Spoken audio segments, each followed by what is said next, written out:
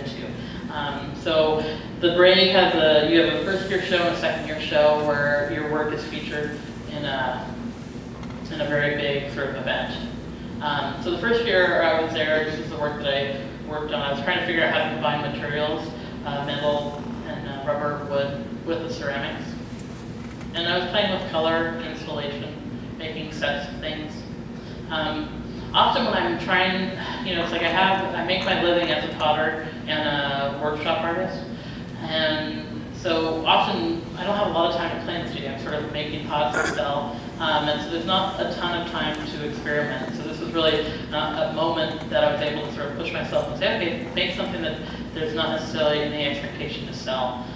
And I figured out that that's a really important part to keep my artist life exciting to me and keep me active in it. And that's another nice thing about residency, because they kind of push you to do that.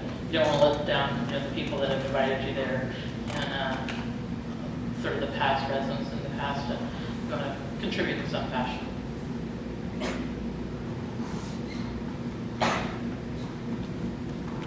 So I was obsessed with tool totes at the time. There was all these old antique markets in Helena and surrounding areas of Montana that just had all these wonderful things in them. And the tool tote idea, I'd find tool totes full of hats or tool totes full of glasses, or it's just they would fill with every random thing. And they were kind of another object that I thought was really well used and completely functional and completely disregarded. Like it just was, an afterthought. It just carried the tools. You didn't worry about it.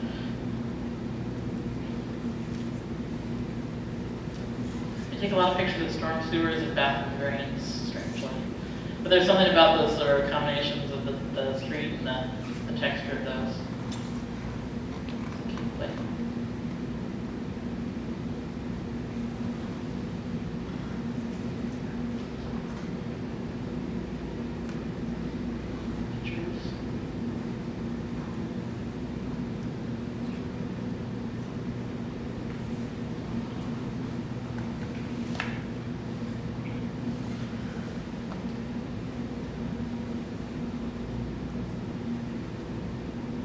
I'm not really hung up. I have a lot of friends who are hung up on the idea that an object be used exactly for what it's meant to be used, like a pitcher is meant for pouring water or tea or something.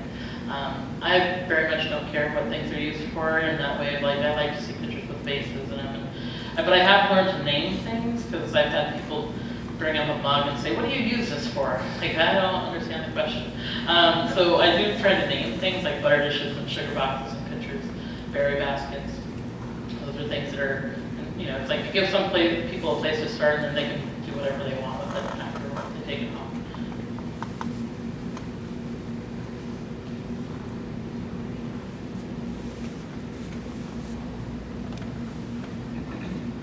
So my last show with Bray ended up being sort of an extension of the first show, but I wanted to sort of take things out of the functional realm. I had an opportunity to sort of see a lot more art. I've been traveling more places that had museums.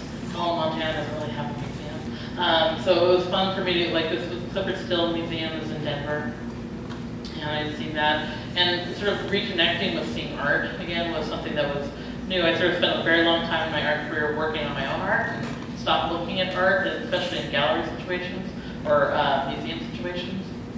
I'd been to Texas and was able to go to the Rothko Chapel, and seeing art that basically was, there was buildings built specifically to hold it, like the Cy Twombly Museum also. These really large art installations that had a space to contain it. It was really inspiring to me, and I think really pushed me to challenge myself. And I have a love of material, and so those tool totes where I was combining the wood and the ceramic, I really wasn't super satisfied with them and the result they were, so I sort of wanted to take them and just take the handles out and make installation of them. So this is sort of, I made a bunch of parts out of ceramic, and then I started compiling sort of these ideas together. So this is sort of my last show at the Bray. And I really had fun with these. It was a very different way for me to work. When you're working on the wheel or making functional objects, you sort of start out with an idea. And these I sort of started out with pieces and then figured out how to make the pieces into a thing. And I really enjoyed working this way, and I think it's inspired me to move on to another body of work related to this. But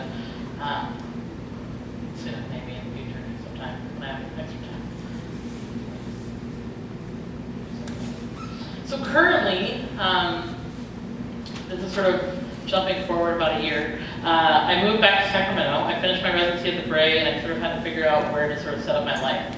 And I decided I had a list of like 5 places. And they all needed an airport hub because I do a lot more traveling for my job than I thought I would. And like access to decent restaurants and food 24 hours a day. And someplace affordable that I could live, and someplace that I understood how to sort of market to that area. Something I realized much after sort of my career as a student was that you have to figure out, if you're going to make work, you have to figure out how to sell work. And that's a big part of sort of a weird learning business curve, putting on that business hat. So anyways, back in March, when I moved in the fall of last year, I couldn't find a studio space to work. And so I looked and looked and looked. Basically, in March, I found a place that I thought would work. I moved in. I ended up having to live there also for a while because I couldn't afford to have a studio and an apartment at the same time, so I lived there. And I just recently moved out. This is me gardening, by the way. I don't do it well. I just rip stuff out, just look around. But I basically, the second I walked into this place, I saw the potential there for me as far as it had built-in sort of clean space, so a place I could have a showroom, in addition to warehouse space where I could have a studio and set up kilns. Being at the Bray really helped me as far as narrowing down the list of the stuff that I needed, right? What was absolutely essential to how to have a studio. Having a kitchenette, having a bathroom, having a sink, those are things that are important. I spend most of my time at the studio, so having some sort of creature comforts were pretty important. It had been being used as sort of I want to call it like a paint hovel. So some painters went there with clip lights painting for like 4 years in the dark is what it felt like when I first moved in. And they had this enormous wall that was basically like the size of that big wall over there that they had never painted. I mean, they're painters and they never painted. It was just covered in drywall and spackle. It's like, come on, guys. Anyways, so I have been basically, in addition to my ceramic career and workshopping, took on this sort of studio. So it felt like taking on basically a whole other job. I started learning how to patch walls, paint, doing a lot of repairs myself, and it was a lot of work. I mean, it's been a lot of work, still going on.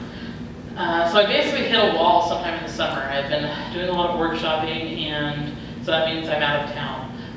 And I sort of hit a point too where every project was taking me so long because I just didn't know how to do it. So it would involve 17 trips to Home Depot, which after the 4th trip to Home Depot, you're already lost your mind. So anyway, so I basically started hiring some friends to sort of help build some stuff. So this previous picture here was this room now. Setting up, building showroom space. And but amazingly, this took all the money I earned all summer to pay them to do this. So I ended up having to, or I didn't have to, I chose to do a crowdfunding campaign. So I did an Indiegogo campaign this summer, and basically to finance my studio, setting up the studio. So I don't know, I'm sure all of you guys will have questions about that. I ended up raising $36,000 in order to sort of buy equipment and furnish this sort of studio space. One of the lovely outcomes of the project, though, is people nearby sort of came out of the woodwork with equipment, used equipment that they sold me sort of for a fraction of the price. So things like that have been really helpful in sort of making the money, stretching the money. But I've basically been thinking about the reality of having to set up a studio on my own meant that I was going to have to crowdfund a campaign. So I've been sort of thinking about it for the past 2 years. In a real effort to sort of make sure that I was ready and prepared for what that reality was and how, that's it's a very difficult thing to ask people for money, and the idea of being able to make sure it's worth everyone's while. It's been a very interesting sort of journey for me, because I think it's one thing to sort of start a project on your own, and then an unexpected result of the crowdfunding was that I sort of felt all of a sudden I had all these people contributing on my team, making sure, helping me. They were invested in my success, which I think really helped me morally as far as moving forward and not feeling like I was just out on the ledge being crazy. So this is my brand new sandblaster and air compressor, which is, I know it doesn't seem like anything, but it's like the most amazing thing to have a machine like this that works, that I don't have to travel to. This is the man that I actually posted a picture today on social media of David, the man on very tall man with a head above the sandblaster. He's the tallest man I've ever met. He's like 6'10". He's enormous. But anyways, I have a slight fear of tall people. But he's kind of an amazing guy, and was like completely like helped me set this thing up and get it running. I have an intern. I'm going to try to have one every semester. He gets school credit, and he comes and sort of gets professional development. So this is him here learning how to use the sandblaster. And building things like this, slab rollers. I've been trying to work and make sure that I've been making actually rewards for the campaign too.